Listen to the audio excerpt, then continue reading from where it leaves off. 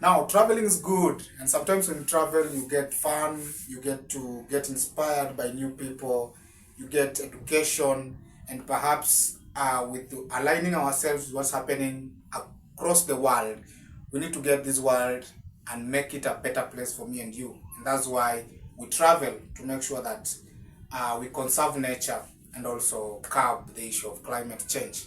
And so, my name is Tobias Akwanalo. You can just call me Akwan. Now, on my mission, just when I was traveling, I came across something very, very interesting that I want to share with you today.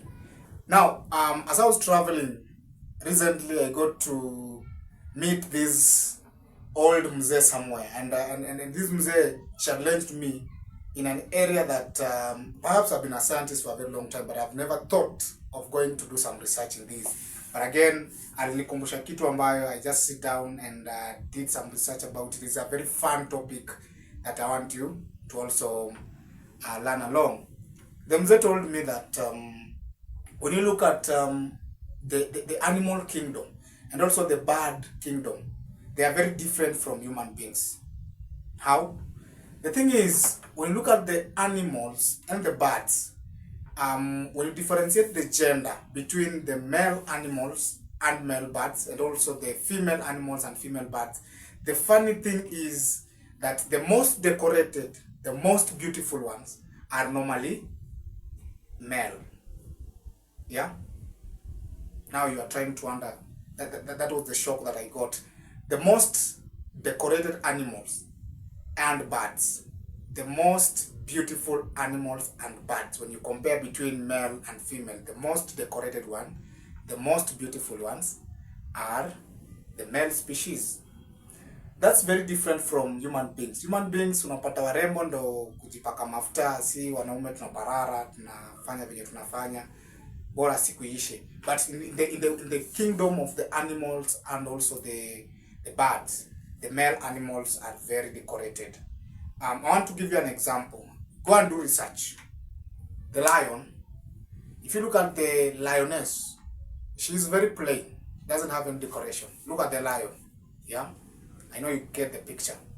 When you go to the peacock, the most decorative ones, zile zenye wanga inakuwa na tail flani hivi inafunguka inaonyesha makala nini nini, those ones are the male tausi. The female tausi, they are very plain, don't have much in terms of decorations, and so many other species that when I had time I could have highlighted, but go do your research. But that's a very amazing issue. Now back to what I want to talk about, the issue of relationships. So when it dem umepewa date na boy for the first time, maybe somebody got you somewhere, you know how gentlemen behave, can you have some time for coffee some other time, and you say yes. This is what I want to tell you as a lady. On the first date, acha kusumbua kijana ya wenyewe na mambo ya fair. Young people, listen to me.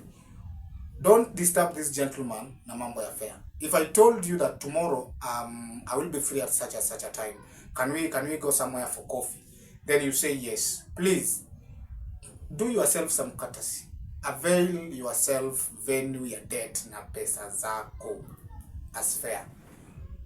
It's not cool. I mean, ikifika masaa ya kwenda hiyo date unapigia jamaa, ni aje si unitumie fair nikuje date. I think it doesn't make some sense. To me, I think a lady should also improve on yourself, add some value in yourself, na pia ujitokeze tu siku mahali umesema kuna hiyo date, ujipeleke na fair yako.